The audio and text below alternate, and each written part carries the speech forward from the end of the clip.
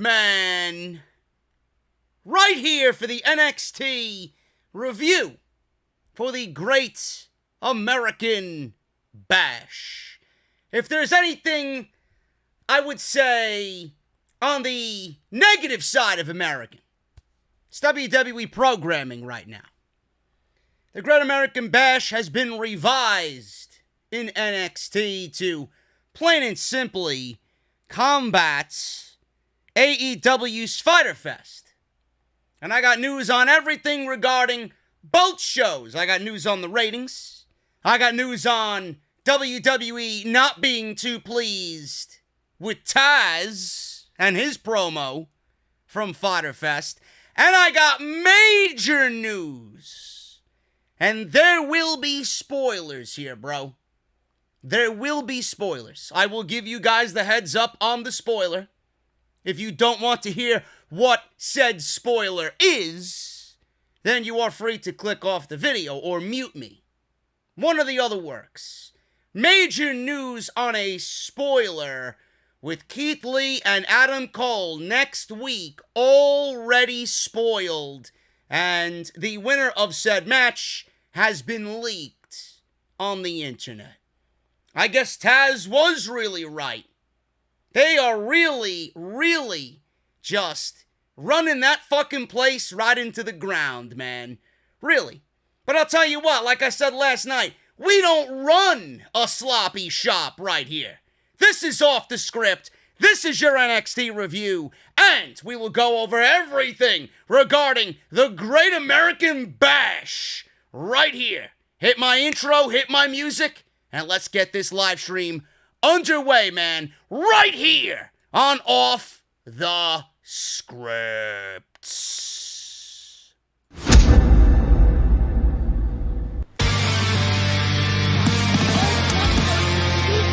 Delete is mine.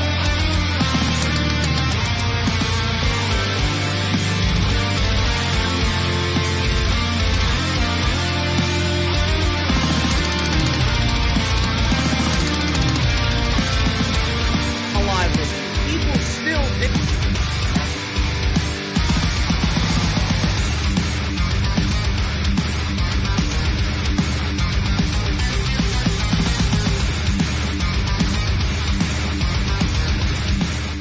What is going on, guys? Thank you so very much for joining me right here on Off the Script. This is your NXT review for July 1st, 2020. This is your honest review of the Great American Bash, which has been revised in WWE in NXT to go head-to-head with All Elite Wrestling and what they were doing for Fyter Fest, man. So thank you guys so very much for joining me. Better late than never here on a Thursday evening because I had such a busy day today, man. Number one, I'm in the middle of moving. So clearly, if you guys see behind me all of my signed portraits and my posters and my YouTube silver play button, not on the wall. It's all in boxes. I am moving in the middle of the month to a more private and more just quiet location for myself because I can't work in this environment. Now, I would have gotten the podcast done a little bit earlier, but number one, my iPhone was not working properly, so I had to take a trip to the mall and I had to schedule an appointment for my iPhone to be repaired by Apple, which they did in under an hour and a half, which I was incredibly grateful for. So the screen wasn't responding to me, the touchscreen was not working properly, so they changed the entire screen out, and now I got a brand new phone. So that's all good and dandy right there. And then on top of that, I wanted to record the podcast a little earlier, but I could not do that because my landlord is a complete imbecile, and she does not have any respect for what I have to do down here. But she scheduled a just complete revamp of the apartment upstairs. And she refurnished the entire floor upstairs. And I had these people come in on the second floor at like 9 a.m. I believe they're still up there. They're probably listening to me right now. They can hear everything I'm saying right now. The fucking slob that was living upstairs, he's moved out.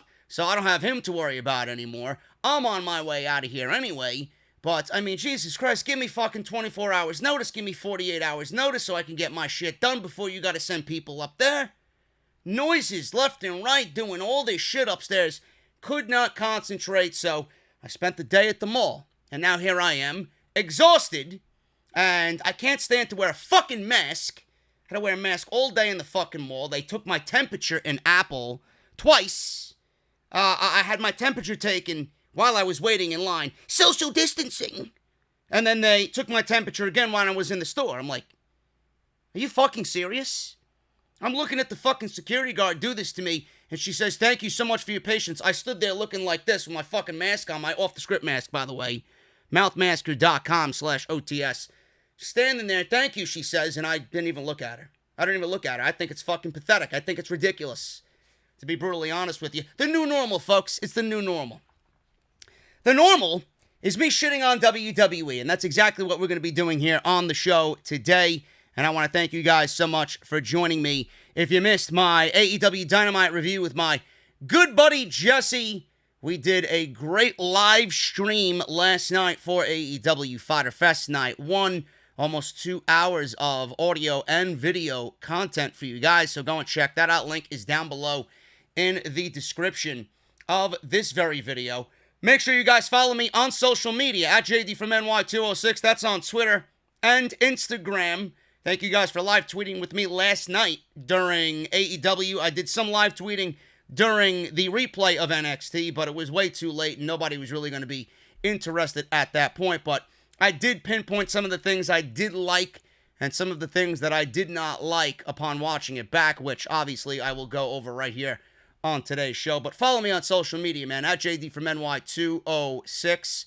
If you guys want to support the podcast a little bit more than usual, you could always do that at patreon.com/JD from NY206. Hit that subscribe button, turn on that bell for all notifications, and make sure you guys leave a comment down below. Everything helps out the video and the channel when it gets published to YouTube. Also, I've been pushing very hard the audio version of Off the Script. Everything that I do here on YouTube gets pushed out to the feed on Apple and Google.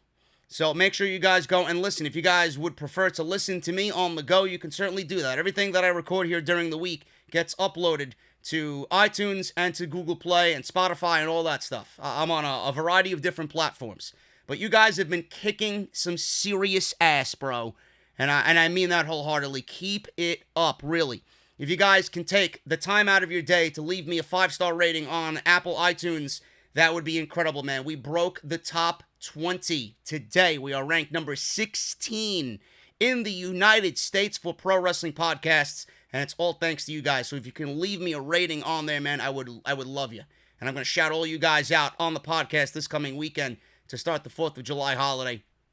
You guys are single-handedly bringing us closer to the top 10, man. That would be, I believe, the first time ever I hit the top 10 on Apple's chart. So thank you guys so much for that, and keep up the great work. Love you guys so much, and thank you again for joining me here on the show. We got 650.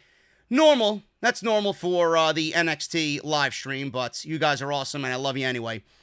So NXT last night, man. Let's go over a brief recap here of what happened. We had Io Shirai and Sasha Banks in a first time ever. I believe this is the first time ever in WWE one-on-one in WWE. Non-title affair. This happened after Banks and Bayley, winning the women's championship.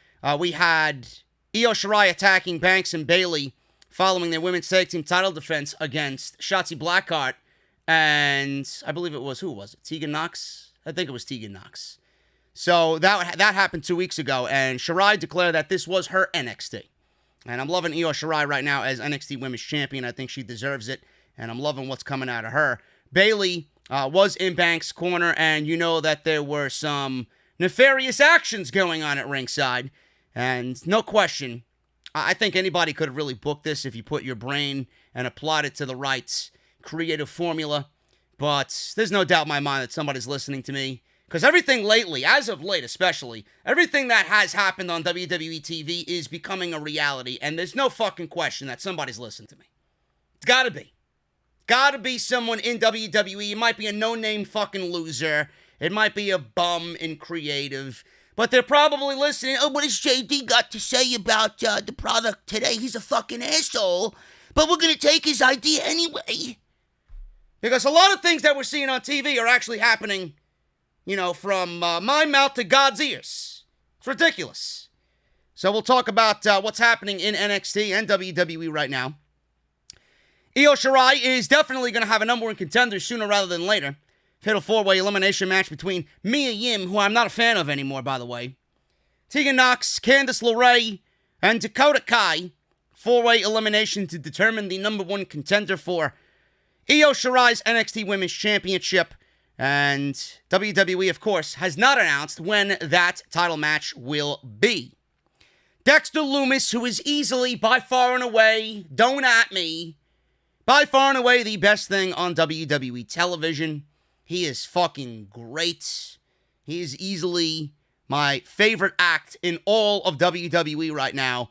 Versus Roderick Strong in the first ever NXT Strap Match.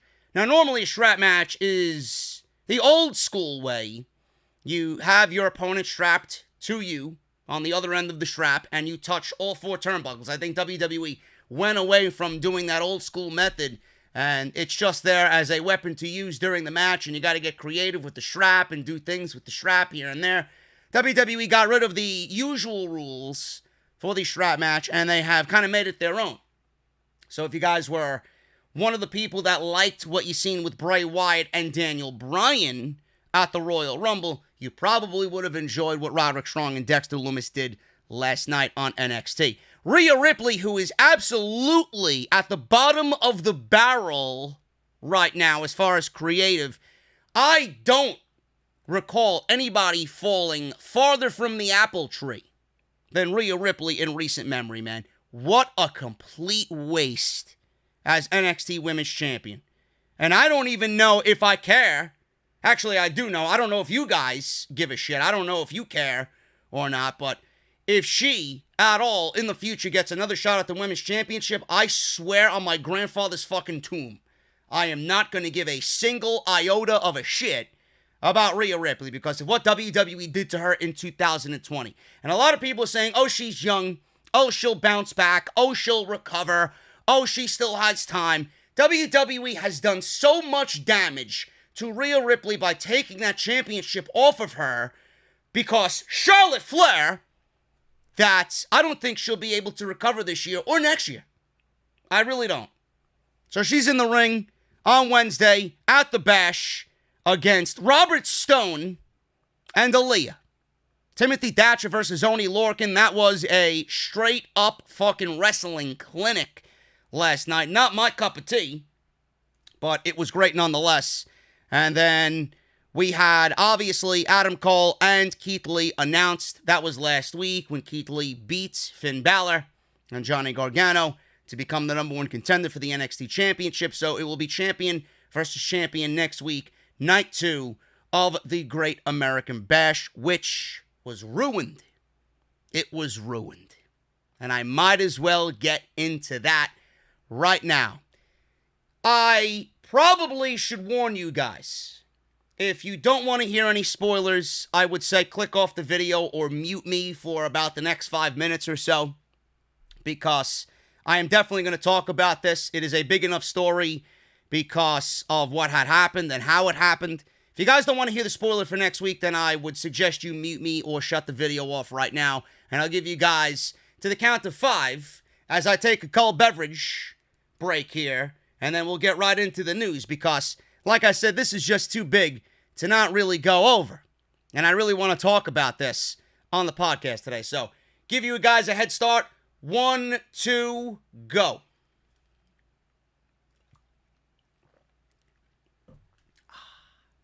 Love it. You ready? I've warned you.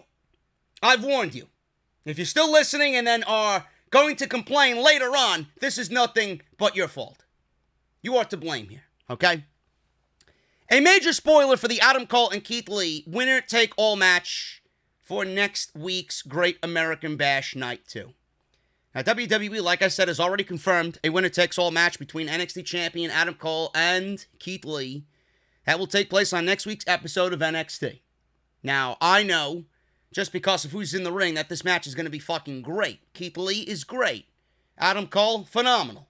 So I know that these two are going to tear the house down because of the importance of the match. The company taped the episode that included this match this week, and the result of this highly anticipated match has been revealed.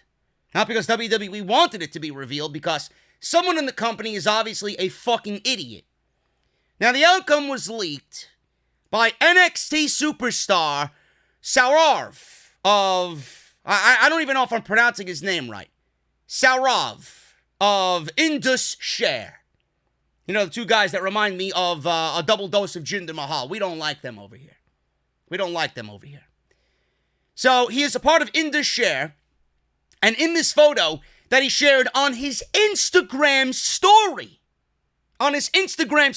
Now, I don't know who's following Indus Share on Instagram, but you have to be a complete fucking mark to be following Indus Share and give a shit about what Indus Share is doing on social media. I mean, is there even anybody in the United States that fucking knows who these guys are, let alone gives a shit about what they share on Instagram? You mean to tell me that you're so invested in Indus Share that you're following them on IG? There may be something wrong with you, bro. That's just my take on that. Now, obviously, the post has been deleted, but once it's on the internet, forget about it. It lives on the internet forever. Fans picked it up. They put it on Reddit. So, obviously, on Reddit, people were talking about this, and based on the photo, Lee ended up with the NXT Championship as he dethroned Adam Cole, and now he is both the NXT and the NXT North American Champion. Now, it should be noted that it's possible WWE taped two endings. Now, I don't think that they're going to go with the other ending. Say, for example, if Keith Lee was shown in this story to have been victorious and won the championship, I don't think WWE is going to go with the other ending, an Adam Cole winning ending, because it doesn't make any sense. Why would you do that? You're just kind of prolonging the inevitable. And Keith Lee is the right man to be the NXT champion anyway. Now, I don't know. I don't really like the way that they did it. I don't like the fact that they put champion versus champion here.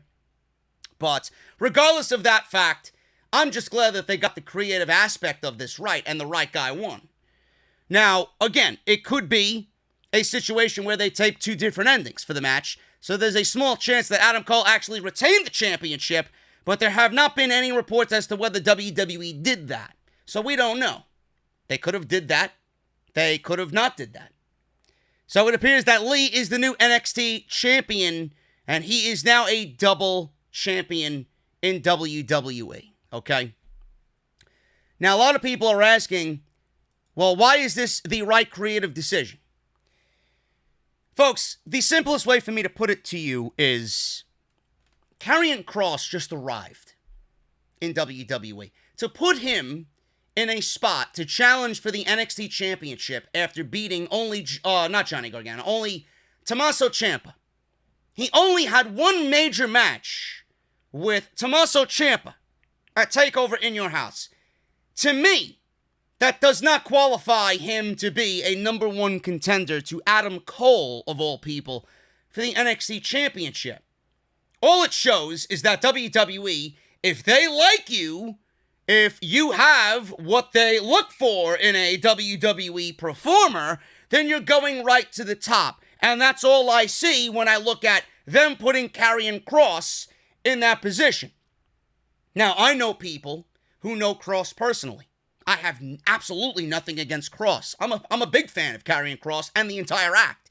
Do I think he should be put in that position right now? No.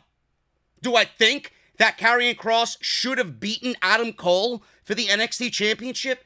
No. What type of disrespectful fucking way would that look or be if Adam Cole went into that match against Karrion Kross and lost? Because if Adam Cole, no matter how great Adam Cole is, he goes into that match, he's going to end up just like how Tommaso Ciampa ended up. There is absolutely no way you're going to make Karrion Kross look how you want him to look. And there's no way you're going to have Adam Cole look good in defeat against someone like that. This guy just manhandled, I should say, the face of NXT in Tommaso Ciampa. You mean to tell me that he's not going to do that to Adam Cole? He absolutely would have done that to Adam Cole. Now, Keith Lee reportedly is the new WWE NXT champion. He's also the North American champion. He doesn't lose anything here. WWE actually gains by having this outcome the way that it is. Because Keith Lee, in defeat, is going to make Karrion Kross look like a fucking beast. He's going to make him look like a monster. And in defeat, Keith Lee is not going to take anything from this. He is bulletproof in this situation. Keith Lee, in defeat, is going to look strong against someone like Karrion Kross. They are two bulls on a collision course. You can't say the same about Adam Cole in that situation. You can't. And Karrion Kross beating Keith Lee, it just makes it makes it make more sense at the end of the day. It really does. And at the end of the day, Keith Lee is still going to be the North American champion. And you get what you need to get out of this. You got Kross as the NXT champion. You're going to have Keith Lee still the North American champion. I'm sure Adam Cole is going to get another rematch at Keith Lee before Keith Lee moves on to Karrion Kross. Adam Cole will probably get demoted to the main roster along with the Undisputed Era. And at that point, you can kiss all of your investment in the UE goodbye. Everything that you've liked about Adam Cole, everything you liked about Roddy and Fish and O'Reilly, kiss it goodbye. I do not think WWE is going to treat those guys the way that you expect them to be treated on the main roster. So this is why I think this makes sense. Honestly. Keith Lee losing to Karrion Kross is not going to do anything in a negative aspect to Keith Lee. If Adam Cole lost to Karrion Kross, it would be a fucking slaughter. It really would. You're not going to make Adam Cole look that way. You're not going to make him look strong going up against Kross. And you don't want somebody that's held the NXT Championship for that long to go in there and just drop it in a disrespectful manner in 5 minutes. You can't do that. What type of respect would that be to Adam Cole's title reign? There'd be no respect whatsoever. At that point, you might as well just gift the fucking title to Karrion Kross, wrap it in a nice big bow, and just hand it to him. Because that's exactly what you would be doing.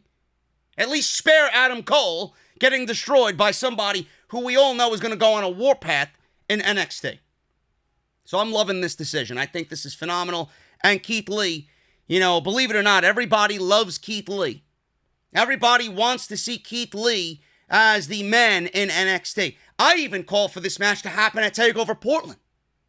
I call for this exact situation to happen in Portland, and WWE didn't go with that. So now we're getting it in July. It's still the right decision to me. Keith Lee is beloved. Keith Lee is one of everybody's favorites in NXT. Keith Lee has an incredible upside, and I think it's a great decision.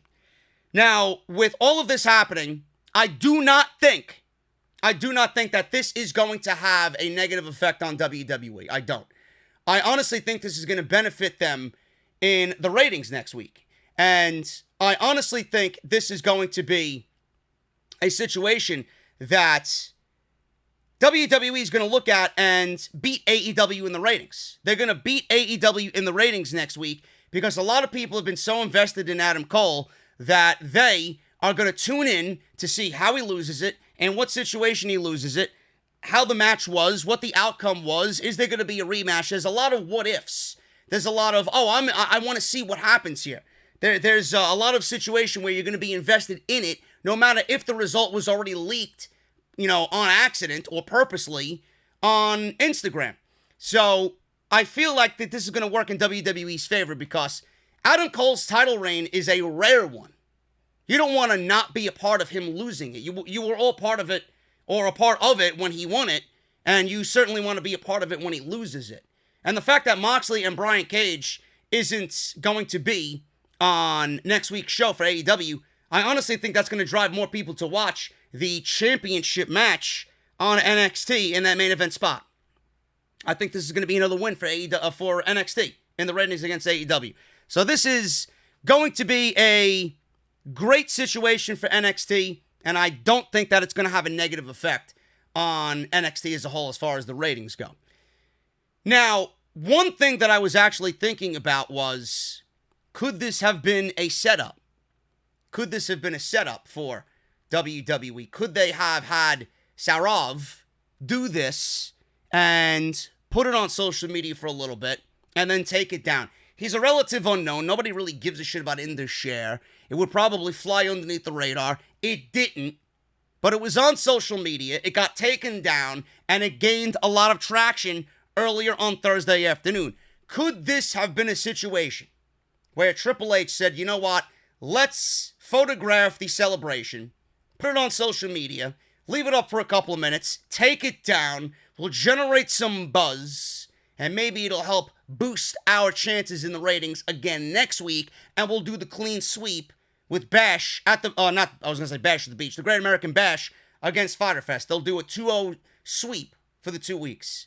I could absolutely see them doing that because, on one hand, I could see WWE doing that, but on the other hand, I don't think that WWE or anybody in WWE would blatantly put that out there and act as if, oh my God, it was an accident. I don't think anybody in the fucking company is that stupid as a performer. That stupid to realize, hey, maybe I shouldn't put this out there because it's a tape show and we're not live and I don't want to ruin the outcome for everybody. I can't imagine anybody being that blatantly stupid to do that. So, on one hand, I don't think it's going to hurt WWE. And on the other hand, maybe it was an entire setup by WWE to get it out there and gain some traction and really give them a head start on week 2 for NXT against AEW. I don't really know. I can't imagine anybody being that fucking stupid. So we'll see what happens. I'm really invested in what's going on here just because of the length of Adam Cole's title reign, just because we've all been there with Keith Lee from the times that he wasn't on TV to the times that he was complaining why he's not on TV to him being the man in NXT now. It's going to be a great ride to see it all come to a conclusion, and I don't think WWE is going to lose anything by having this match and the outcome spoiled. So we'll see what happens next week. Moving on, man. AEW lost for a second week in a row to NXT. Great American Bash beats Fyter Fest in the Wednesday night ratings war. The live viewership numbers are in as of this afternoon. Both shows were very good. I thought AEW's show was better. But if you're comparing both shows, I think AEW started off incredibly hot. I think NXT started off incredibly slow. And I honestly think towards the second hour, NXT got hot and AEW kind of died down a little bit. So they were both even as far as pacing, but I honestly think that AEW overall was the better program on Wednesday night. Now, both shows were up this week in total viewers. It was NXT that took the night, which brings their winning streak to back-to-back weeks. This marked the first week of AEW's Fyter Fest and NXT's Great American Bash. AEW Dynamite drew 748,000 live viewers, and NXT drew 792,000 live viewers. So last week, AEW drew 633,000, and NXT drew 786,000 live viewers. As in most cases, in most weeks, AEW won the 18 to 49 demographic. In fact, they've won every demographic. As far as the ratings go this week, they won every demographic except for viewers 50 plus. NXT ranked number 13 amongst the top 150 shows on cable, and AEW was ranked number 6. Last week marked the new yearly low for AEW in total viewership. Now, a lot of people are making a big deal about this.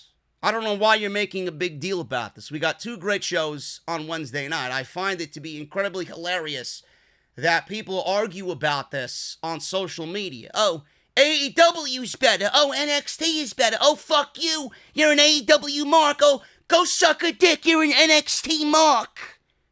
I don't really understand it. This is what boggles my mind. Who gives a shit? The fact that AEW won every demographic except for the 50 plus is very telling. AEW was ranked number 6 overall in the top 150. Chris Jericho even had to come out and state AEW is the real winner because the only thing that the TV, networks look at is the demographics in which they won. The only thing the TV networks look at is the fact that AEW is number 6 overall of the evening. They beat NXT. So who was the real winner here? And even then, who gives a shit? Who really gives a shit? I'm not taking anything away from NXT. They gave you a match, whether it was a good build or not. They gave you a match of Io Shirai and Sasha Banks. You'd have to be a fool not to want to watch that match. Now, I did the AEW thing last night because I usually go and record AEW first, and then I do NXT.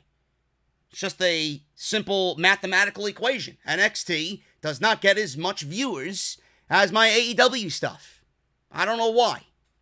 AEW gets me more viewers, so I'm going to kind of lean on that first and then do NXT second.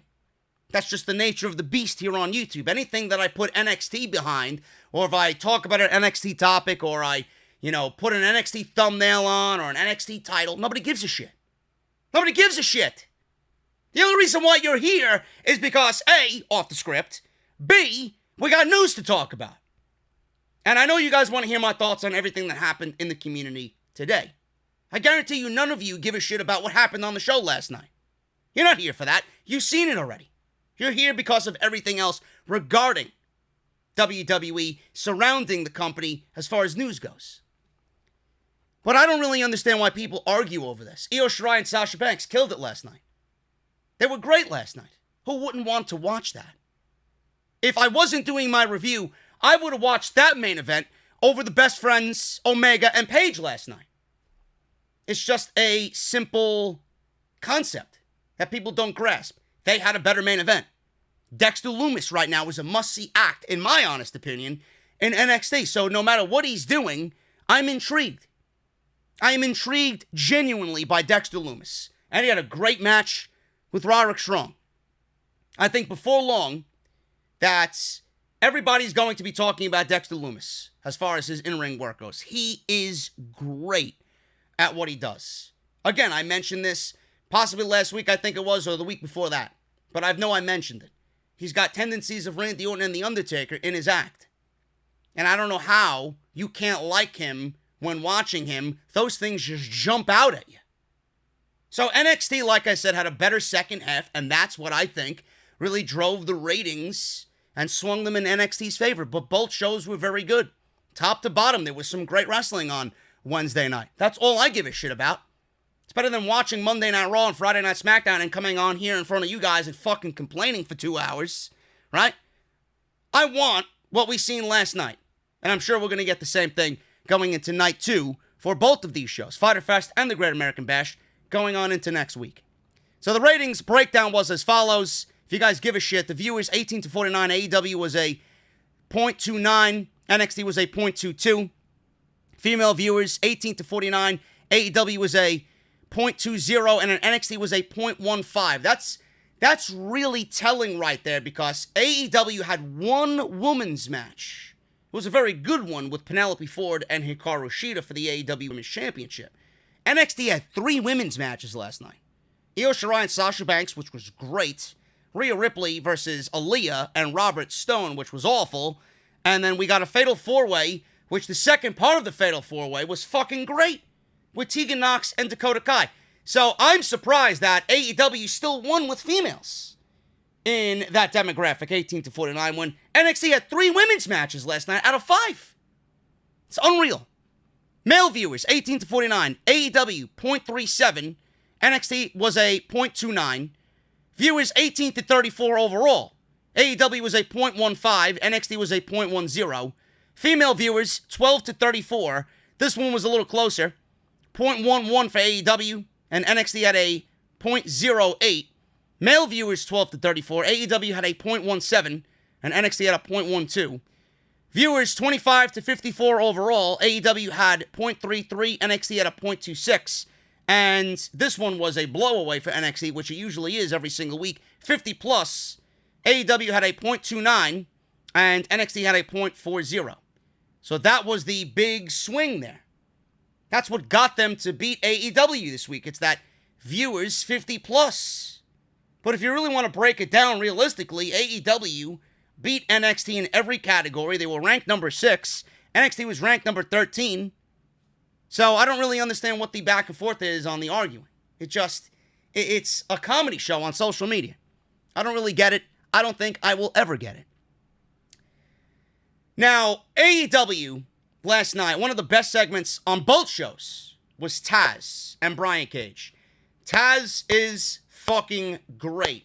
The fact that he's from New York, number one, because New Yorkers, like him, he's great. Me, I'm great as well. That's the fucking reason why you're here. But Taz, I don't think people ever appreciated what Taz brought to the table, and I'm glad that it's being highlighted right now in AEW. Him and Cage is an absolute perfect pairing. I'm loving what is going on right now with Taz and Brian Cage. Taz is such a great mouthpiece. It's not going to be on the level of a Lesnar and a Heyman because Brian Cage is not Brock Lesnar and Taz is not Paul Heyman. But man, if they could duplicate anything close to what Heyman and Lesnar do when they are on, and I don't mean on TV, when they are on, like Charlotte Flair turns on her power button, when they are on, this is going to be a great thing for AEW. I'm loving what Taz is doing right now. Now, apparently WWE is upset at Taz and the promo that he cut about their COVID-19 protocol. Last night on AEW Dynamite, Taz revealed that the AEW World Championship match between Jon Moxley and Brian Cage has been postponed until July 15th, and that is Fight for the Fallen. Now, the reason for this is because Moxley is taking care of his wife, Renee Young, who last week tested positive for COVID-19. He tested negative twice, so he's in the clear. But because of precautionary reasons, Tony Khan is leaving Jon Moxley at home, and they reschedule this match. Again, I do think that this is going to have AEW next week lose 3 times in a row to NXT. I think if Jon Moxley and Brian Cage was going to be filmed for next week, then AEW possibly could have won the ratings.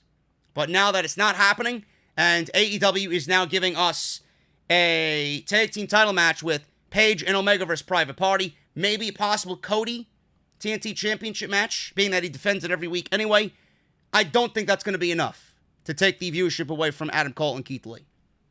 But either way, Moxley tested negative twice.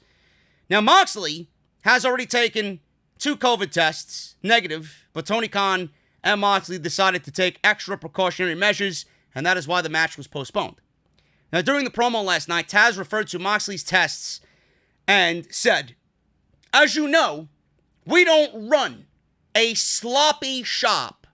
Now, that line was taken as a shot at WWE since they did not start to implement the COVID-19 testing until there was an outbreak at the Performance Center where everybody, Pro Wrestling Sheet, Brian Alvarez, PW Insider, Mike Johnson, they all reported that it was over 24 people inside the Performance Center. It could have been way more. Brian Alvarez says, whatever we were reporting, whatever everybody else has been reporting, it's been a lot worse. So we will never find out what the real number is. So on Wrestling Observer Radio, Dave Meltzer said that there were people in WWE who were absolutely not happy with Taz's comments. Meltzer said, boy, were there people upset with that line. There were people very upset with that line. How do you even argue it, right? End quote. Meltzer said that WWE can't argue what was said because it's factual. Whatever Taz said was factual information. AEW has been doing COVID-19 testing at their shows since the pandemic started, while WWE has only been doing temperature checks, and they are inside of a small building where the virus can spread easily. AEW is outside, and they are in Daly's Place in Jacksonville, Florida, where there is a less chance of the virus spreading because of the open air. Meltzer goes on to continue and say, and I quote, "That's the reason Moxley is not on the show at Fyter Fest, is because WWE is so lax in doing what they did with the outbreak. That's what happened." That's what Meltzer added on Wrestling Observer Live. Why are they not happy? Because they got thrown under the bus, because they're negligent, because they run a shit operation, because they don't give a shit about the actual talent that's helping them make the show a little bit better every single week? All you care about is your business. All you care about is lining your pockets. All you care about is getting back into a closed environment in another state, in another city, and be that first live touring brand to have actual live fans in attendance. You want to be the first ever. But I don't think Vince McMahon realizes that PGA is back. I don't think Vince McMahon realizes that NASCAR is back. I don't think that Vince McMahon realizes that the NBA is getting ready to continue their season. I don't think Vince McMahon realizes that the MLB season is starting up at the end of the month. And everything else is going to slowly start making its way back to television. And sports, if we don't go into a full-blown fucking pandemic again, and everything just reverses itself. I don't think Vince McMahon realizes that all these things are going to be making its way back to television. Who the fuck cares about WWE?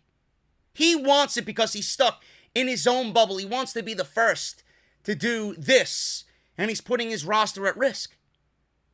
And that's why Taz called him out. Who's to say that Taz doesn't have friends in that fucking company? Who's to say Taz doesn't have close personal relationships with some of those people there, and he called them out because they deserve to be called out? Because he is actually afraid of his friends' well-being, and WWE is running a shit operation, and they deserved to be called out on. Who's to say Brian Cage doesn't have friends and family over there? Who's to say that? Nobody knows. They got called out because they deserve to be called out. They got called out because they are doing the absolute worst out of anybody I've seen. National sports related, the worst I've ever seen in regards to this COVID-19 situation. Here's a clue, WWE. Why don't you do the right fucking thing, and then Taz and AEW and everybody else on social media wouldn't have to call you out on your shitty fucking protocols. This is the same company that did not allow their talent to wear masks in the fucking building. This is the same company that did not test anybody for the disease, for the virus, until 2 weeks ago. The pandemic started in March. And now you're just starting full-blown testing on your roster. I don't understand why WWE is upset. Do the right thing and then nobody will call you out.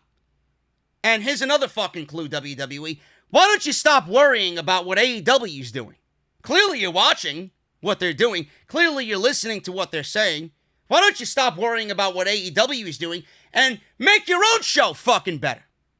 Instead of worrying about what AEW does, why don't you go and make your own shows a little bit better every single week? If you put as much effort into worrying about what fucking AEW is doing, then Monday Night Raw and SmackDown might be a little bit better every single fucking week. It's always something new. What did they say? Who said this? I'm upset with Brody Lee because he's mimicking Vince McMahon's character. I'm upset with Taz because they called us out on their shitty COVID protocol. Oh, I'm upset because Cody Rhodes can't have his fucking name. Fuck Cody Rhodes. Oh, I'm upset. Let's make the Great American Bash with no fucking build because AEW's doing Fyter Fest. What the fuck are they going to do for Fight for the Fallen? They're going to be on a beach somewhere? Yeah, let's bring NXT to fucking Daytona Beach. You fucking serious? WWE needs to stop worrying about what AEW's doing. They're putting more stock in the fucking ratings war than anybody else. It's pathetic. It's pathetic. You fucking moved NXT to Wednesday nights when they didn't need to be on Wednesday nights on the USA Network to simply combat AEW by jeopardizing the overall NXT product. You put them in the front line knowing that they were going to lose the majority of the weeks. And the only reason why you're actually getting a step up on AEW right now is because of your desperate acts. And the obvious senior citizens who sit down at fucking 7:30 and watch Wheel of Fortune, ready with their prunes and their fucking sippy cups watching NXT, hey, honey, that Dexter Lumis is going to be on. I hope he doesn't give you nightmares tonight. You know, if they worried less about AEW, then their show would be a little bit better. Show that energy into your own product instead of worrying about what they're doing. Moving on here, man, with the rest of the news. Apparently, speaking of COVID-19, this was released on Reddit. Apparently, a fan who was live at AEW's Fyter Fest last night, they took to Reddit and they said they were in the crowd at Fyter Fest, and he has provided some insight into their COVID-19 protocol that has been issued to audience members attending the show. Now, the post has been deleted, which kind of makes it a little sketchy, because if this was legit and this was truthful, then it wouldn't have been deleted. I don't really understand it. Usually when you go and do things like that, you're just usually wanting to start some trouble. You want to throw AEW under the bus for whatever reason. Now, the following was deleted, and details of what the post said before its deletion are on Pro Wrestling Sheet. And he who shall not be named reported this and said he's verified with AEW sources that what the post said was indeed accurate. So it's not a situation where it was posted and then deleted because of nefarious means. It was actually posted and deleted for whatever reason, but it's actually truthful. The person writing the post said that they, along with 60 others, received a private invite to attend night 1 of Fyter Fest. Now, I don't know if these are the same people that are going to be attending night 2. I believe night 2 is actually being filmed tonight for next week. Not sure if it's going to be the same people. Everyone was required to wear a mask upon entering Daly's place. This is the exact opposite as of a week ago for WWE. Now everybody is mandatory masks in WWE inside the Performance Center.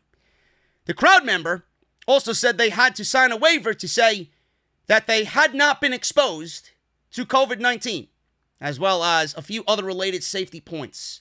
They were not tested for COVID-19 upon entering.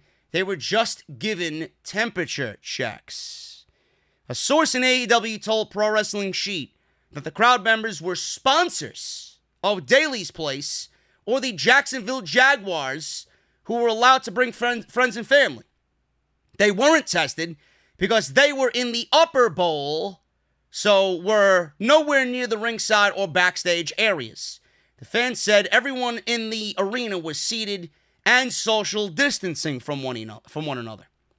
Now, the Pro Wrestling Sheet report noted that everyone who was in the lower bowl, and therefore was close to the ringside backstage talent area, was tested for COVID-19. There is also a large buffer zone between those tested for COVID, meaning the roster, and everybody standing by ringside, and those only given temperature checks. So the promotion felt it was safe because the different pockets of people were kept distanced. AEW is also spacing people out beyond the CDC guidelines, so tested people won't be affected in any way by non-tested people. Now, I'm waiting for somebody to shit on AEW for this because it seems like with the report, it's almost as if they're following the shitty WWE lead. This is nowhere as bad as what WWE was doing. WWE gave temperature checks and thought that they were going to get away with the fucking pandemic and skate by, and they didn't. COVID won, and COVID pinned them down for the 1, 2, 3 and remains undefeated. Okay? They allowed talent they allowed the talent to mix in with friends and family. WWE did not even allow the friends and family in before all of this. Then one day they decided to let the friends and family in, and they didn't even notify the locker room that they were bringing friends and family. So WWE did not even relay this information to the locker room. They just sent them out there to stand amongst the talent without knowing or contact tracing where these people have been.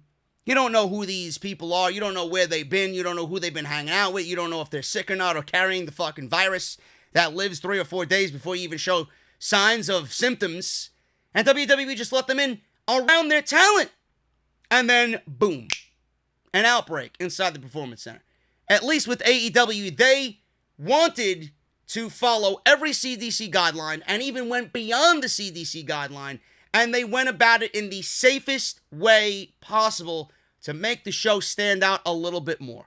There was none of these people mixing with the talent. None of the talent mixing with these people. These people probably had their own exits away from everybody else after the show was over, and they were social distanced beyond the CDC guidelines. Everybody was required to wear masks. Tony Khan is no fool. Tony Khan is not going to backtrack on everything that he's done right with the AEW Covid-19 Protocol. So I don't think anybody in this situation on AEW side deserves to be shit on. They're following the rules. And they're allowed those people.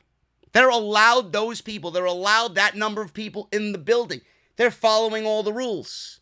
And they didn't mix these people with the talent, which is by far and away the most important aspect here. Simple.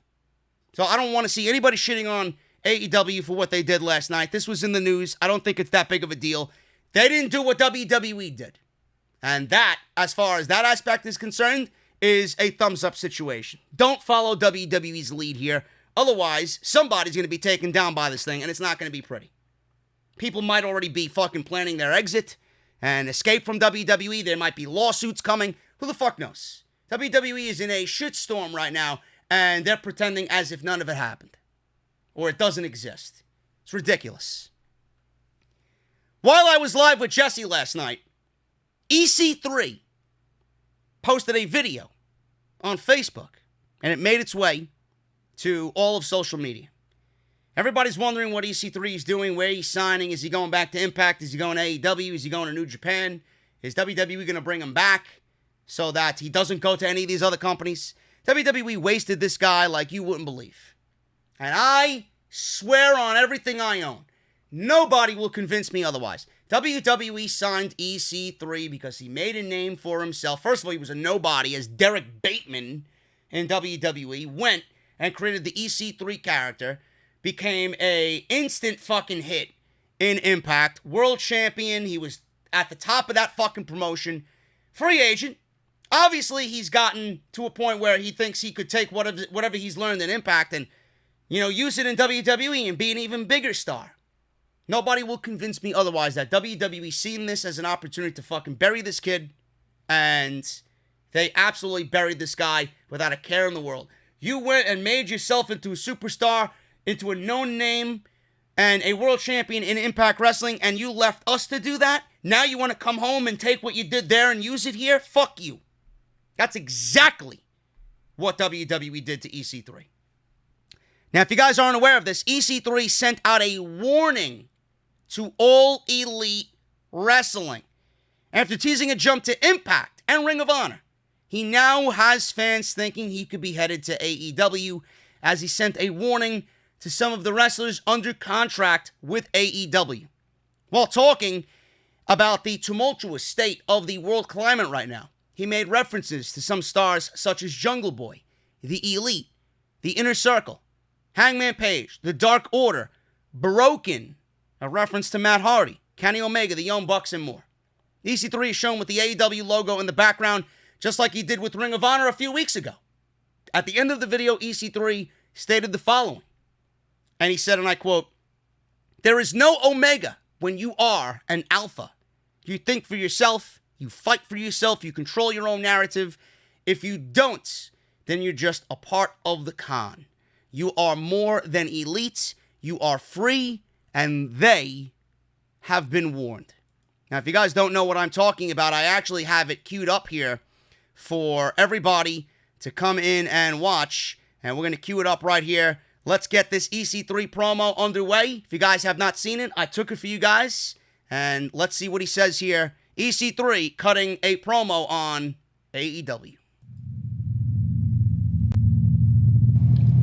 You can spend your whole life letting the world tell you what to do. Dictate your path. Choose your fate. Do you decide your future? Or is it chosen for you? We are living in unprecedented times, from lockdowns to quarantine to turmoil in the streets. We are living an American nightmare. From coast to coast, Maine to SoCal, uncensored chaos and confusion. confusion reigns supreme. You walk outside, it feels like you're in the jungle, boy. You fear the revolt is coming for you if you don't adhere to the groupthink. You feel like you're left out to hang, man. The natural state of things has fallen into this dark order, and you plug away day after day like a gear in an effing machine. Society is broken. But now is the time. You keep your inner circle small. You do not have best friends. You can only trust yourself. And it doesn't matter if you're an old man or a young buck. You speak your truth. You stand tall, exalted. You rise like a phoenix. You carry yourself with Moxley, and you seal it with a sunny kiss. Now these bastards may criticize you. They may mock you. They may cancel you. Hell, they may even imitate you poorly. But you never give in. You never apologize. You put the word sorry back into that dictionary and you throw it in the librarian's face, because it is never the end. There is no omega when you're an alpha. You think for yourself. You fight for yourself. You control your narrative. And if you don't, you're just part of the con. You are more than elite. You are free. And they have been warned.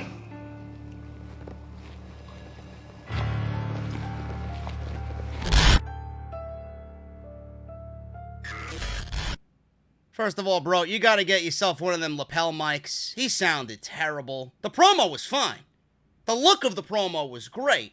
He's gotta get one of them lapel mics to put on his collar, man. I don't know what the fuck he's talking into. He's probably talking into like an iPhone 4, but it sounded awful. So you gotta get your sound up to par there, Mr. EC3. But I'm excited to see where he goes. I wasn't a big EC3 guy to begin with. I know what he's capable of. He reminds me a lot of John Cena, body type-wise and in-ring move-wise. He's just very basic. There's really nothing that makes him stand out to me. But I don't think he's going to be a determining factor in swinging the ratings war either. And the one thing I do appreciate is the fact that he's actually getting a lot of people talking. And this is exactly what his game plan is. He's mentioning other promotions. He's mentioning Impact. He's mentioning Ring of Honor. He's mentioning AEW. We don't know where he's going. He's mentioned all three of these promotions. He can show up at any point, at any time, in any one of these promotions. He's doing the right thing. He's keeping you guessing. He's keeping you in this little bubble where you're constantly talking about, oh, what is EC3 going to do next? Who's he going to call out next? What promotion is he going to tease us with next? He's doing the right thing. He's marketing himself after his failure of a run in WWE. And I'm excited to see where he goes. Where do I think he's going to end up? I do think he's going to end up in AEW. I really do. And I think that's the best position for him to be in. That's the one promotion where he will be allowed to grow into the superstar that he was never allowed to grow into in WWE. Again, I don't think he's going to swing the ratings war in AEW's favor, but I do think that he's going to be able to challenge himself. And at this point, I do think he just wants to get back out there and show everybody that, hey, you fucking missed the ball here. I was great and you wasted me. He's not going to be able to do that in Impact Wrestling. What is there for EC3 to do in Impact Wrestling? He did everything humanly possible in Impact Wrestling. Yeah, there's a bunch of new names and new faces over there, but he's already been world champion over there. The fuck does he need to go back there for? Nobody wants to go back to Impact Wrestling. Gallows and Anderson apparently do, but they have a deal where they're able to work Impact and New Japan. So they're actually getting a lot more out of it than originally reported, originally thought of when they were free agents. We don't know where Heath Slater's going to end up. He's not the type of guy that, Tony Khan's going to look at and say, you know what, let's bring in Heath Slater. He's not that type of guy. He fits in an Impact just by what he's been doing in WWE. He seems like a shoo-in for Impact Wrestling. And I don't know how many tag teams they got over there. They could revise the Rhino and Heath Slater tag team. I could see that being a thing over there as well. I could see them doing very well for themselves over there. No Way Jose, he's another guy. I could see him going to Impact. Zack Ryder, he is best friends with Cody. I believe Cody and Brandy actually hooked him up with Chelsea Green. So why wouldn't Cody want to give him a spot in AEW? I could see Zack Ryder going to an AEW. I could see a Rusev, or what he's calling himself now, Miro, going over to AEW. Those are the names that I do think are going to be picked up by AEW. But at the end of the day, Tony Khan is a businessman. Tony Khan is not going to sign everybody under the sun just because he wants to compete with WWE and beat them in the ratings. He's a businessman. At the end of the day, he's got to make money. And I do think that the one important thing to Tony Khan is building characters and building storylines. Everything that Tony Khan is doing right now is a calculated effort for the future. Everything that he's doing right now is going to present itself in the future. All of these things, all these plans are going to blossom at the end of the road, and it's going to be better off for AEW. Because at the end of the day, NXT may be to these cretins on social media, to these idiots, these imbeciles in the community. NXT, they might be bragging, NXT's better than AEW now. But at the end of the day, how many of these guys are going to go to the main roster and you're going to lose interest in them? How many of these guys in NXT right now are going to go to the main roster, and how many of these guys are actually going to be replaced in NXT? Does WWE have anybody else in the pipeline right now lined up to replace an Undisputed Era? Do they have anybody in the pipeline to replace a Keith Lee when he inevitably gets called up? Who are we going to be left with in NXT? Velveteen Dream ain't going to be there. Who's going to be there? I don't know. Usually I know these things. I don't know. Here's a fucking suggestion. Why don't we get my boy Rick Boogs on fucking TV? Just have him come out and start air drummer and air guitar, man. That was one of the best things on NXT. Get fucking Boogs on NXT. He's got more charisma than anybody else in that fucking company in his pinky finger. Just watch him play some guitar on Twitter. Fantastic. Anyway, I'm excited for EC3, and I do think he's going to end up in AEW when all is said and done. Thank you guys so much for joining me here, man. Almost 1,200 live. I should do it at this time every fucking week. Thank you guys so much, man. Usually we're about 600-700 deep here. But thank you guys for joining me here on Off the Script. Get that like up, man. 370 likes. I only see 370 likes in the live stream right now on YouTube. We got over 1,000 people in here. Let's get that closer to 1,000. Thank you guys so very much for joining me. We're going to go over the Super Chats in just a little bit. But I want to shout out my sponsor for today's show, Audible. If you guys want to go get your audio book, free audio book, 30 days free of Audible service, you guys can certainly do that. audibletrial.com/offthescript. Make sure you guys go and get that. Helps me out, helps Audible out. You guys can get Jim Ross's new book, Under the Black Hat, right now for free. He narrates the entire thing. Terry Funk, he just celebrated his 76th birthday this week. Same day as Cody. He has an audio book out there. Jericho as well. Both of his audiobooks are on there. I don't know about the third one, but 2 of his audiobooks are on there. Shawn Michaels, Brock Lesnar, Dusty Rhodes, Diamond Dallas Page, Daniel Bryan. Some good stuff there. So make sure you guys sign up and get your 30 days free and 1 free audiobook of your choice. That's audibletrial.com/offthescript. Thank you guys for supporting everybody. Ridge, Audible, Harry's, Blue Chew. Got some damn good sponsors with some more lined up for the remainder of the summer. Let's get into the actual show, man. Show started off with Teagan Nox versus Mia Yim versus Candice LeRae versus Dakota Kai. And this was a fatal 4-way elimination #1 contender to Io Shirai's Women's Championship in NXT. I thought this was really fun. Mia Yim, I'm not a big fan of anymore, just because of what had happened with the entire Alexa Bliss situation. She blocked me without any hesitation whatsoever, so I'm not really a big fan of Mia Yim right now. Anyway, Teagan Nox, I am a big fan of. I think she's great. I think she's got what it takes. If WWE really wants to get behind her, I do think that Teagan Nox has what it takes to be a Becky Lynch type #1 female. And they really need to start getting behind her. Right now, there really isn't any direction. It's just like she's there, she exists, and a lot of people love what she does and, you know, how she is and how she wrestles, but there really isn't no true direction with Teagan Nox. And I'll elaborate on that in a little bit. Candice LeRae, they got this Poison Pixie gimmick.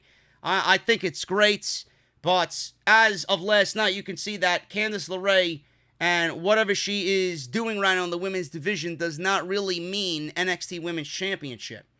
The one woman that I thought was going to win this did not win this, and that was Dakota Kai. What is WWE doing with Dakota Kai? I don't really understand it. They turned this woman heel. She is one of the best women's performers in all of the company. Both her and Teagan Nox are fucking great at what they do. Both Teagan Nox and Dakota Kai are two of the very best females that WWE has in the entire company. And they have this aura about them, that they have this fight forever-like aura. And every time they're in the ring, it's just great. The storytelling is great. They're both great professional wrestlers, and I love watching them perform. Dakota Kai should have won this. I really don't understand why she didn't win this. And all you have to look at is Io. Io is a babyface. She is the NXT Women's Champion. I absolutely thought Dakota Kai, especially after WWE has been building around her and giving her some solid wins. She got some wins over Casey Catanzaro and Kaden Carter with Raquel Gonzalez, who wasn't there tonight because William Regal banned her from ringside. But I don't really understand why WWE is giving Dakota Kai a push and then they scale it back. Giving her a push and then scaling it back. Giving her a push and then scaling it back. I don't really get it. It's either you go all in with her or you don't. And WWE seems to have this mixed feeling about Dakota Kai. What has Teagan Nox done to go up against Io Shirai? Nothing. She hasn't done anything. And Io Shirai, like I mentioned, is a babyface. Teagan Nox is a babyface. That does not present itself as an interesting match. Dakota Kai is a heel. Io Shirai is a babyface. That was the right way to go about it. And that was clearly present in what they were trying to do in the story that they wanted us to care about more after this match came to Kai and Teagan Nox. Candice LeRae and Mia Yim are not factoring into the NXT Women's Championship, clearly because Candice LeRae was eliminated first, and then Mia Yim. And then we were left with Dakota Kai and Teagan Nox. So you see where WWE wants to be going with the state of the women's division. But as far as Teagan Nox, I don't really understand why they're putting her in a position against Io Shirai that she more than likely is going to lose unless she's getting a call-up to the main roster. The one thing about Teagan Nox, the one thing that WWE had to do about Teagan Nox, and this might have to do with COVID, is the fact that her bread and butter, her return, was going to be the Mae Young Classic. WWE should have been booking the next Mae Young Classic completely around Teagan Nox, because she was slated to win the last Mae Young Classic, and that went to Toni Storm. And she got injured, and she was out, and the story is there. For her to come back and win the Mae Young Classic after coming back and rehabilitating and making this heroic comeback would have been a great story. So the fact that she's now going up against Io, I don't really understand that. So if she loses to Io, I feel like Teagan's going to get called up to the main roster. And she's more than capable of being on the main roster. And like I said, when I look at her, I feel like she has that Becky Lynch feel to her. She could be the next Becky Lynch if WWE wants to go all in on her. Now with Teagan Nox, I don't really understand it. I don't understand what they're doing with the NXT Women's Championship. Who is the next in line? Is it going to be Dakota Kai? Is it going to be Rhea Ripley? Is it going to be Teagan Nox to take the title off Io Shirai? I don't know. I'm only making a logical assumption here just based on what I see on TV. Dakota Kai, I feel, should be the one to challenge Io Shirai. But I feel like we might be getting Io and Rhea Ripley. I feel like the way WWE is going to go about this is Rhea beating Io Shirai. And I feel like Dakota is going to feud with Rhea Ripley. For whatever reason, I don't know why. But the story is there with those two as well, because Dakota Kai tried to pretty much screw Rhea Ripley's team out of War Games last November. So the story is there with them. Is that what they're going with? Again, I don't know. I don't know if Dakota Kai and Io Shirai even now would have been a good thing, because then that would just make Dakota Kai look like a loser anyway. Because there's no way that she's taking the title off of Io unless Io is being brought to the main roster as well. And you can't bring everybody to the main roster because they are in a competition with AEW. So I don't know what is going to happen. I feel like instead they're going to do Io and Rhea. Rhea is going to take the title off Io. And for some reason WWE thinks I'm going to care about Rhea Ripley.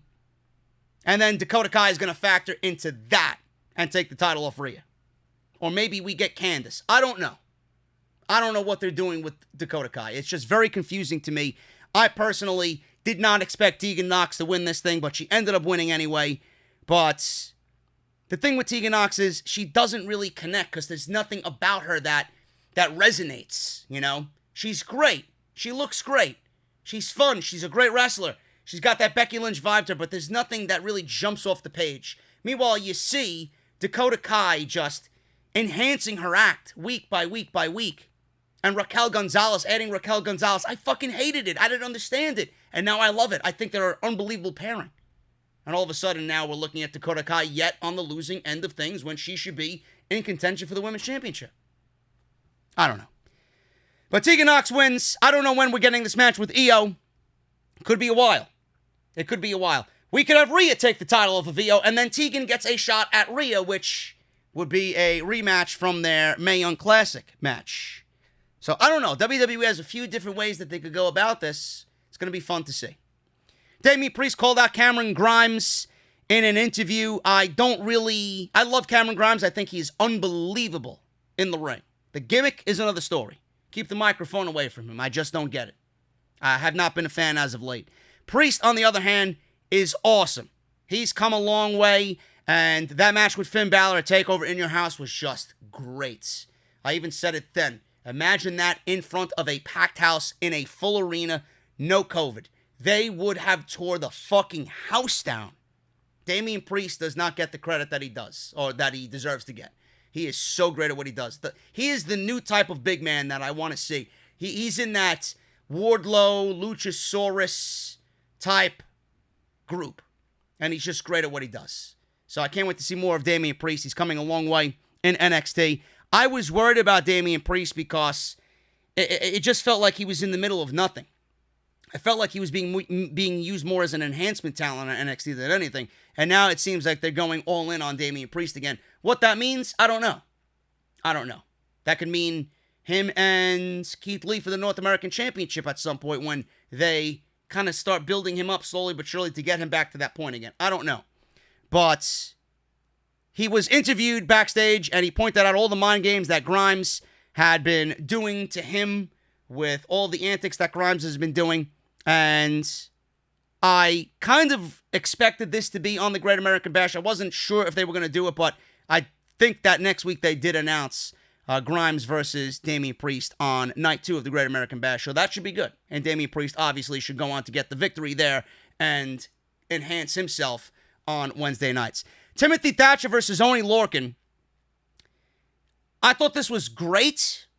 Boring, but great. Because I don't really like these types of matches. And I'm going to be completely honest with you. I like these types of matches when I can go back and watch a Bret Hart and a Bob Backlund do this type of thing. You know, I can watch a Bret Hart versus anybody do this type of thing. This is just not my cup of tea. Oney Lorcan is fucking great at what he does. He really is. Timothy Thatcher is an excellent professional wrestler, but I mean, he's got the fucking charisma of a box of white rice. I don't really get it. I'm not here to watch Timothy Thatcher. He's great at what he does. It just doesn't resonate with me, and that's fine. Sure, a lot of you guys feel the same way about this. Now, this clearly was not one of those matches that you were going to see flips and dives and gymnastics. This was a full-on, intense, brawl, submission-style match with two guys that are excellent at their craft. Now, when I look at Thatcher, last night, for some weird reason, after he beat Lorcan, and he had that fucking evil, sadistic smile on his face, he reminded me, and he was wearing the same color trunks that he was wearing, too. He reminded me of Bob Backlund. When Bob Backlund had the whole spiel when he was feuding with Bret Hart and he was fucking demented and he was looking at his hands, Timothy Thatcher reminded me of Bob Backlund back in the mid-90s. He looked great. Bob Backlund was fucking great in that role. Now, he didn't fit with the time, obviously, but he was great. And Timothy Thatcher reminded me of him on NXT last night. Now, Lorcan, you know, Oney Lorcan and Danny Burch, I love them as a tag team. Oney Lorcan in his own right. Again, such a goddamn good wrestler. You know, he is one of those guys that is going to get overlooked. But when you watch an Oney Lorcan match and you put Oney Lorcan in there with somebody that you want to get over, and he's used as that just really good enhancement talent, he's going to make whoever he's in the ring with stand out and look like a fucking monster. Oney Lorcan is so great at what he does. You know, he may be my number one undercard guy the way that WWE has utilized him. And he looks like somebody that a lot of people don't value, but when you watch him and see the position that he's in, he is super valuable at what he does. Thatcher is just crazy. The moveset that he has is crazy. His intensity is great. Lorcan was just the right opponent for him for this type of style. I don't know if there's anybody that was a better choice that could be put in the ring with Timothy Thatcher after what he did to Matt Riddle. Riddle obviously got called up to the main roster. After that fight pit match that he had with Riddle, this was a great follow-up for Timothy Thatcher. I just didn't really care about it because it's not my style, and that's okay. You know, I'm not really into the flips and the dives and the gymnastics either. But this was a great match. Not everybody's cup of tea. And Timothy Thatcher is going to be that submission-style Riddle-type guy, that Shayna Baszler type individual in NXT. So I like it. And Lorcan, he's in a tag team with Danny Burch. I don't know where they're going to factor into the tag team title hunt. I don't think they're going to really do much of anything in the tag team title division. But we got them being one of 4 teams. And this is a point that I failed to make earlier on in the show. In this share, like I said, Sarov, who leaked the Keith Lee and Adam Cole match, I don't think WWE is going to fire him. I don't think WWE is going to suspend him. I don't think WWE is going to punish him. They are one of 4 tag teams in a division that includes Oney Lorcan and Danny Burch, who are just there because there really is nobody else. Imperium, you got Eichner and Bartel, and then you got Indus Sher with Breezango. That really doesn't make a solid tag team division, if you ask me. So I don't think anything's going to happen to Indus Sher. And Oney Lorcan and Danny Burch, to be quite honest with you, I like Oney Lorcan by himself. I think Oney Lorcan is better by himself than he is with Danny Burch.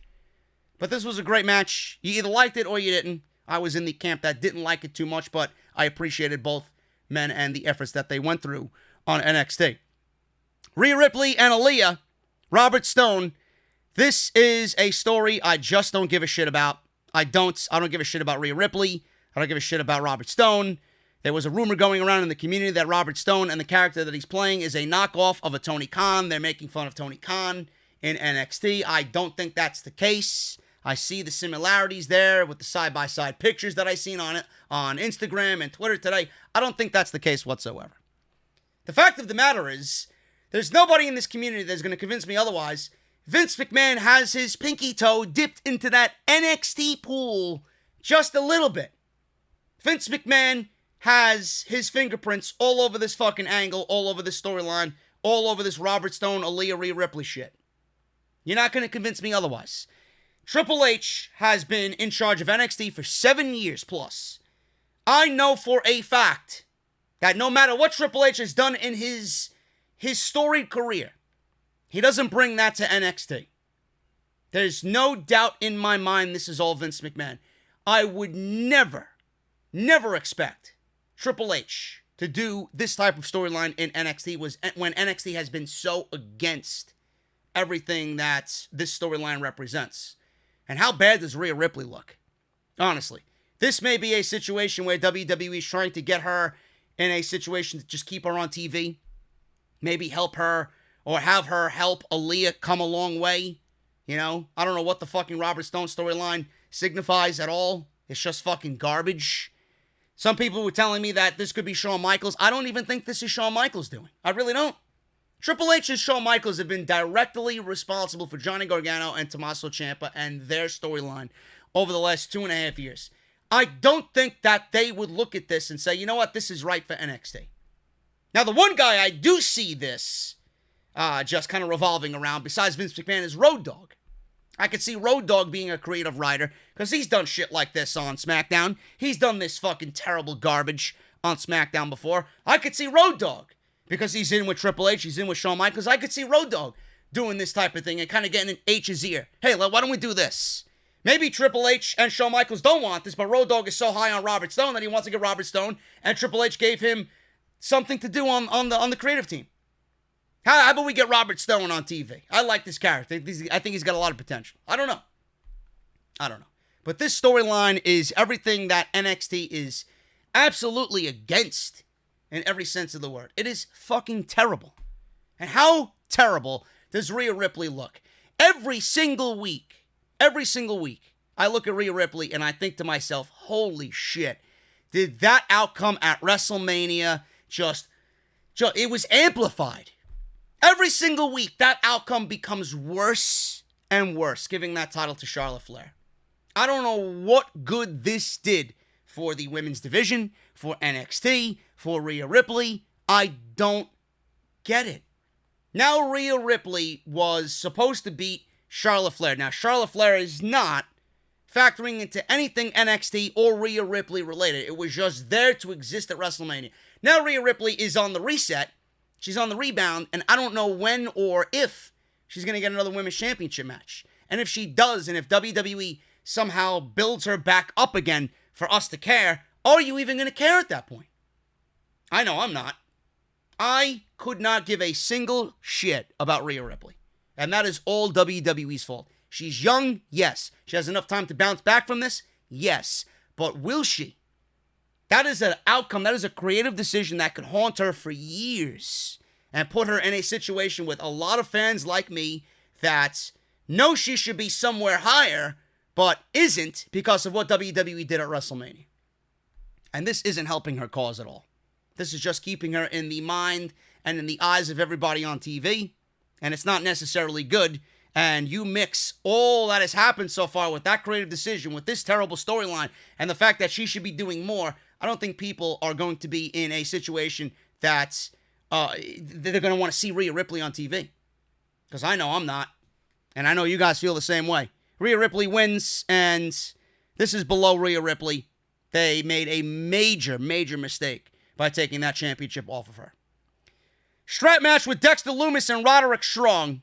This was great. Dexter Lumis is one hell of a professional wrestler.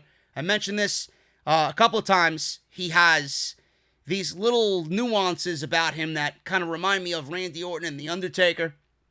Roderick Strong.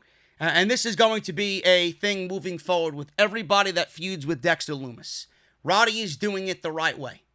Roddy and his acting, Roddy and his selling for Dexter Lumis, Roddy being paranoid, Roddy just being afraid and intimidated by Dexter Lumis. Roddy is a tough motherfucker.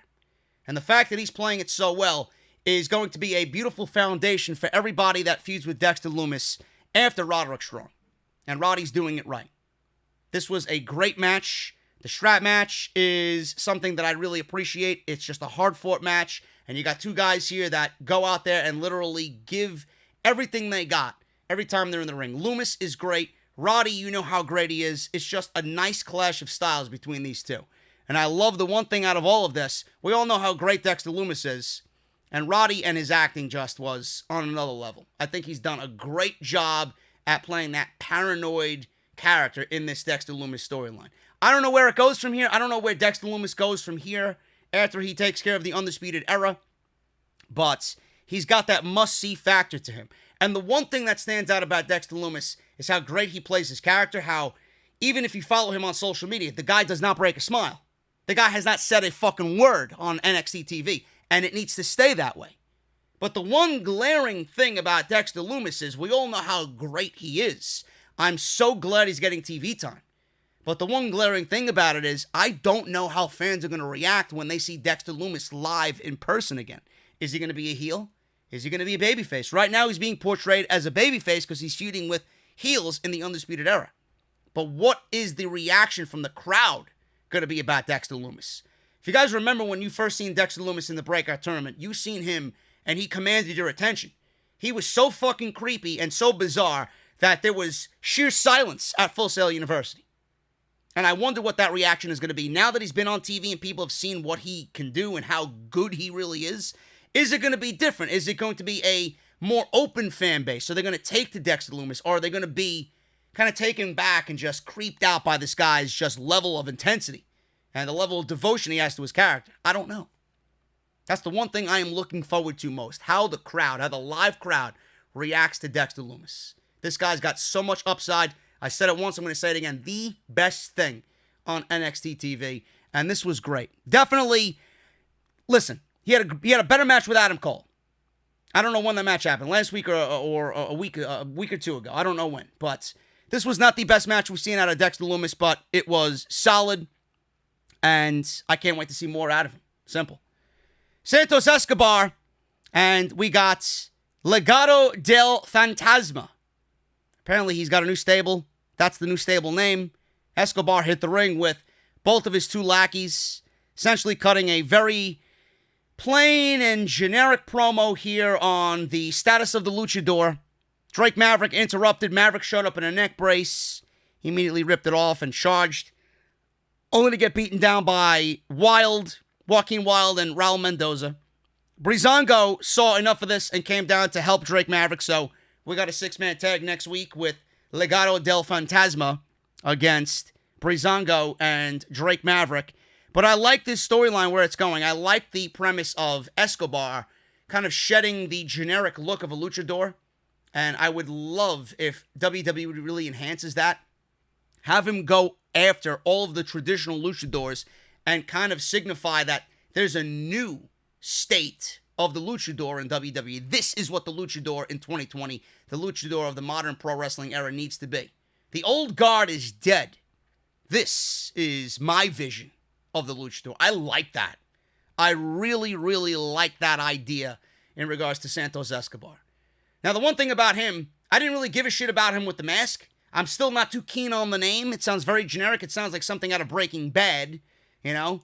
All I'm needing to see is Walter just fucking walk into some drug deal and they're standing Santos Escobar, right? But I'm not too keen on the name. He's got great mic skill. He's got a great look. I like what he's doing right now. I like Raul Mendoza and Joaquin Wilde being his backup. I think they look great in those roles. But the thing is, I don't know how the main roster eventually is going to take to a Santos Escobar. How big is his ceiling? I don't really know. Right now, I'm enjoying it. Right now, I like the aspect of where the storyline could go. And we all know that Drake Maverick is going to get his day where he takes back that cruiserweight championship and beats Escobar. What happens then? What do you do with him then? And I'm not sure if you guys realize this, but if you listen to Escobar's music, it is pretty much Angel Garza's music, just technoed. It's the same beat. I don't know if you guys were aware of that. I'm listening to this thing last night for the first time since he's debuted this new character, and I'm like, this is Angel Garza's theme music just kind of altered a little bit. That's just what I noticed. I don't know if you guys picked up on that, but it is what it is. I'm enjoying it for now, and it's got a lot of upside. Hopefully WWE takes us there. Cameron Grimes responded to Damian Priest. Grimes cut a quick promo, essentially going over what Priest did and what he's done to Priest. And he named himself the next number one contender for the NXT Championship. It was one of those typical Cameron Grimes promos where it's all high energy and he's just yelling.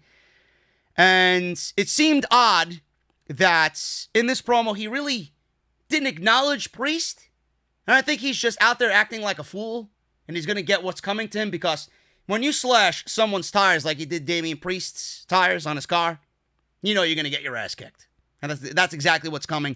And whatever he is in line for or thinks he's in line for, that's going right to Damian Priest. Should be a good match, but Cameron Grimes ain't getting the one-up on Damian Priest. Io Shirai and Sasha Banks in the main event. Sasha and her entrance was great. I love the fact that they gave this a big fight feel.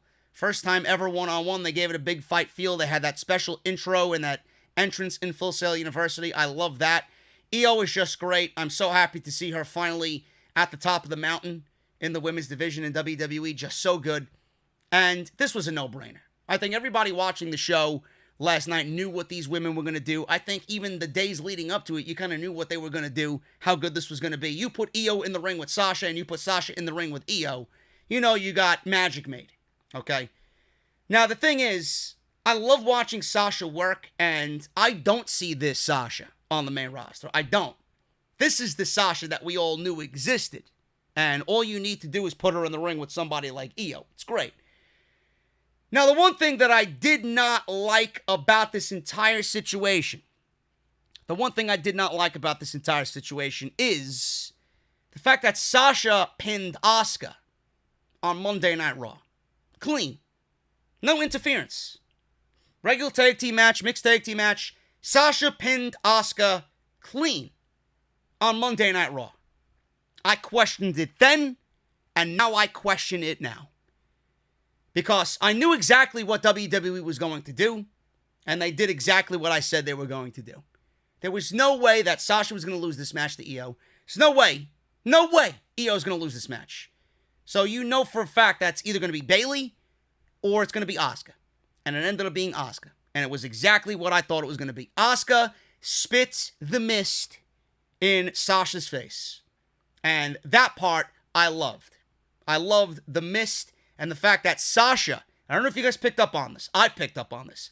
The fact that Sasha, the only thing I didn't like about it was the fact that she kind of leaned in, waiting for Asuka to spit the mist. The lean in by Sasha really didn't look all that good. But the fact that Sasha got the green mist in the face, and she immediately went to cover herself so that the referee doesn't see it. Io even aided in covering the mist on Sasha's face because she didn't want the referee to see, whoa, what happened here? You know? So Io did a great job at taking that little Asuka interference and helping her win the match. She took that, hit it. Sasha did all that she could to hide the mist as well, not to really, blow Asuka's spot. Everybody worked really seamlessly in that situation. So I really liked that. That stood out to me more so than anything, the way everybody worked cohesively to kind of hide that and really make the mist stand out, that mist spot stand out. Asuka was pinned on Monday Night Raw. Going back, it makes that decision look ridiculous. Sasha should not have pinned Asuka in that situation. It should have been a situation where Bayley helped Sasha to win. Because now you watch Wednesday, and it gives the meaning of what happened here in the match, the ending of the match. It really doesn't make any sense. Asuka was there, why? Because she wants to get revenge on Sasha because she lost clean? Bayley should have cost Asuka the match on Monday, which would have made Asuka's appearance and interference here actually a little bit more important. And that did not happen. Asuka was going to be there. She needed a reason to be there. She was there last night with no reason. No reason. And don't tell me because, Sasha attacked her and started dancing and mimicking her dancing with the Raw Women's Championship. No. It should have been Bayley helping Sasha beat Asuka. Instead, you pinned the Raw Women's Champion clean on Monday night, which should not ever happen. Asuka showed up. She could have got her revenge because of what happened on Raw, and Sasha lose. That's what happened, but you're missing that reason why Asuka's there. The why should have been Bayley helping Sasha beat Asuka on Monday night. That's the only thing I did not like about this. Other than that, it was a main event caliber match. Both women were great. Go back and watch it if you have not. It's commercial free, and I can't even begin to tell you how the commercial free aspect just keeps you more invested. I wish every fucking main event was commercial free. Awesome stuff by both, and I don't know if it's going to be announced or not. This is another thing I predicted. I said Asuka and Io versus Sasha and Bayley. That has not been announced yet. I would not be surprised if WWE does announce that for night 2 of NXT. That is the review, guys. That is the NXT review. Hopefully you enjoyed all of that. Let me know what you think down below in the comment section. But let's hit these super chats, man. Quickly, I want to run through these before I get out of here because I got dinner to eat and Ghost Adventures to watch. Daniel Easterday, $5 super chat. Would you book Keith Lee as NXT champion? I just did. He's got Karrion Kross waiting for him. TikTok. Dylan's wrestling stuff. I feel like they protected Sasha last night to get a win from Io. Could have been done in the way that I just mentioned. Asuka should have not been pinned clean, and she should have lost because of outside interference from Bayley on Monday, which would have made her appearance on Wednesday last night a little bit more important. Thank you for the $5, guys. Appreciate it. Kevin Langhoff, $10 super chat. Sasha putting in work right now, like 7 matches in the last few weeks. Really like the booking at the end of her match, and I believe, JD, you said you would book Asuka to interfere. Yes, but now looking back at it, Asuka should have never lost clean on Monday. It should have been an interference. Thank you, Kevin, for the $10. Quintendo, $9.99 super chat. I thought AEW and NXT both did well. AEW to me was the better show. I agree. But people can't deny that both shows delivered. Shout out to my bro JD and his awesome podcast. Also, they spoiled the main event, which we talked about earlier. So if you guys don't want to hear it, don't listen. Quintendo, thank you for the $10, brother. Really appreciate it. £5 by Nickname My. Welcome to Wednesday Night Raw, where we hotshot matches to pop ratings, book week to week, and kill the show in 3 to 6 months. It's the new version of NXT, bro. It's the new era of NXT. I don't like it. Thank you for the $5, man.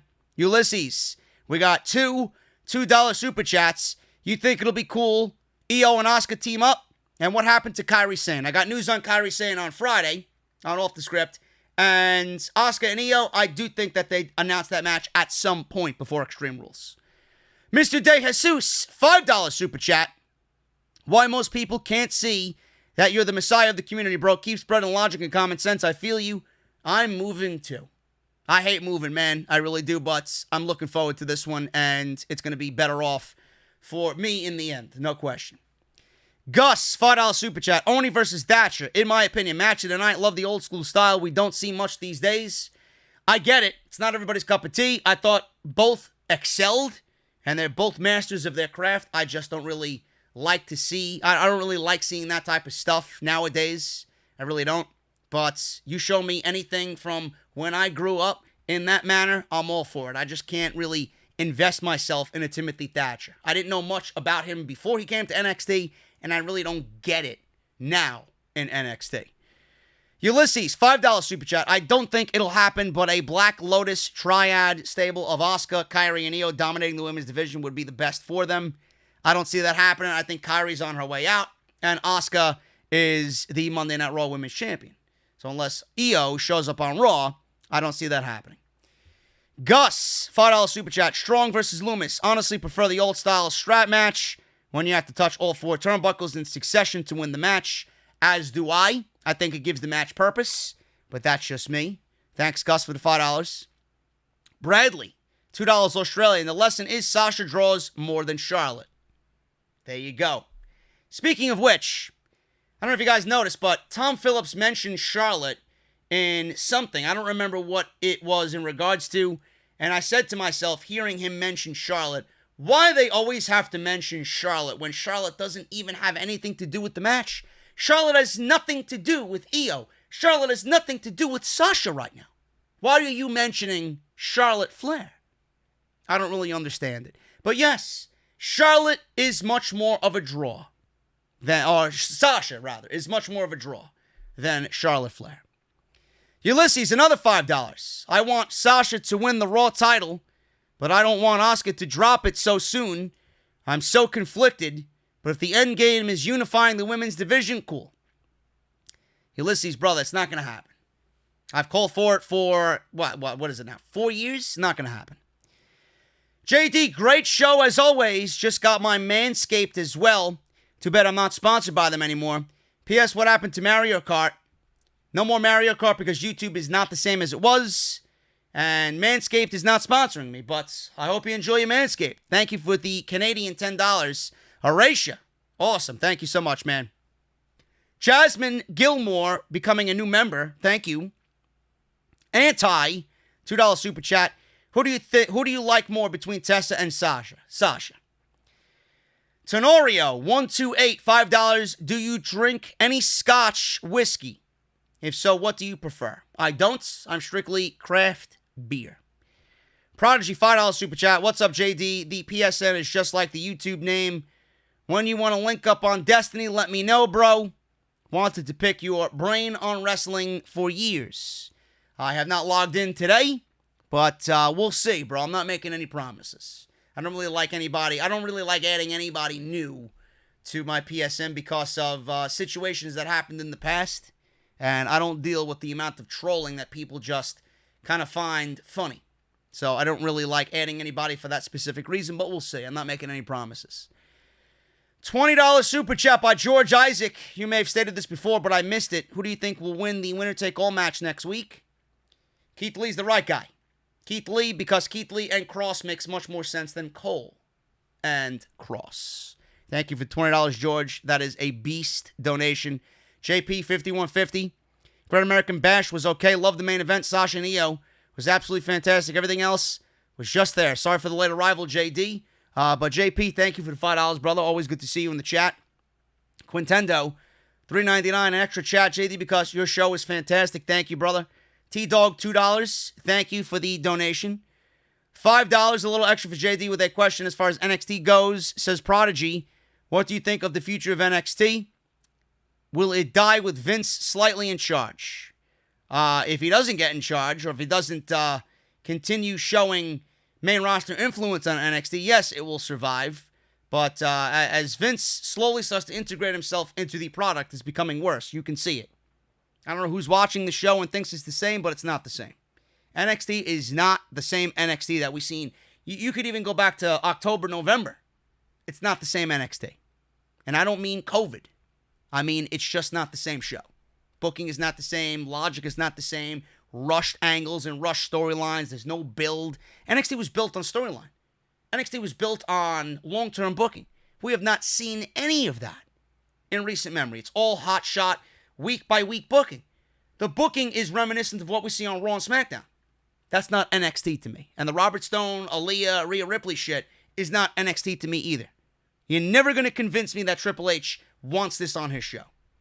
Never. Clash with the Spreecies, $4.99 super chat. NXT won the ratings last night. He says, yes, we went over that. Also, I think FTR and Hangman Page will be a stable of beer drinkers. Maybe EC3 will party up with them too and have a beer.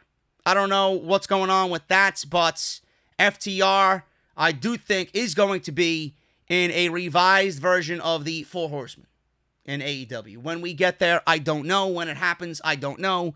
It's not going to be right now. I can see that happening in 2021 because Tony Khan and AEW, long-term booking. Jose Charles, $2 super chat. AEW will improve EC3's in-ring ability the most. Absolutely. I do agree there. Mad Eagle with a $4.99 super chat. If EC3 does do something notable in AEW, will you change your mannequin joke in the Raw opener, JD? Yeah. Me and Big Hodge are going to do, when we can, make new intros for Raw, SmackDown, and NXT. So look forward to that. And Hodge is just a creative genius. So no matter what he does and what he wants me to do, I'm sure it's going to be great. Just like Mr. Dips. Everybody loved Mr. Dips. Everybody said this is cringe. Everybody hated the intro. Now all you guys do is EC3 wearing designer coats. Is this what you want? Mr. Dips, foliage. You guys quote the intro more than anything in the fucking podcast. So don't tell me you don't like something because you're going to end up liking it anyway. That's what Hodge does. Super Jerk, $2. My birthday is on Extreme Fools. Well, listen, bro. You are not going to be a fool. Happy early birthday. We got Dessa Jenny Phipps, $3.99. Hey, JD, my boyfriend loves your podcast. Well, your boyfriend is a smart man. Thank you. Azo Smith, $1.99. Ryu was the real MVP of Sasha's entrance. Yes, Ryu. Cute. He was out there, and she gave him a good luck kiss on the cheek before she actually went to the ring. And Ricardo becomes a new member, bro. Thank you so very much. You guys are fucking great. I love you all. Thank you guys for tuning in with me on this late Thursday evening. I'm going to make myself dinner. I'm going to watch some Ghost Adventures Quarantine with Zach Bagans. It is episode number 4 in the 4-part series. It's going to be great. They're opening up Pandora's box tonight. Monday Night Raw opened up Pandora's box, and you know what? Bruce popped out. The whole show is fucking cursed. I'm getting out of here, guys. Thank you so very much for all of your support. Follow me on Twitter, @JD from NY206. That's on Twitter and Instagram. Make sure you guys check out the videos that you might have missed down below in the description of this video. AEW Dynamite, Monday Night Raw. I'll be back with Off the Script and SmackDown tomorrow. Going to be a big day as well. Patreon.com/JD from NY206. Hit that thumbs up, hit that subscribe button, and audibletrial.com/Off the Script. Guys, thank you so very much for a great live stream. If you're on iTunes, hit that 5-star rating. Leave me a comment. Let's get Off the Script in the top 10 pro wrestling podcasts in the United States. You guys are killer. Love you. See you right back here on Off the Script and SmackDown tomorrow afternoon. Thank you, guys, and I'll see you then.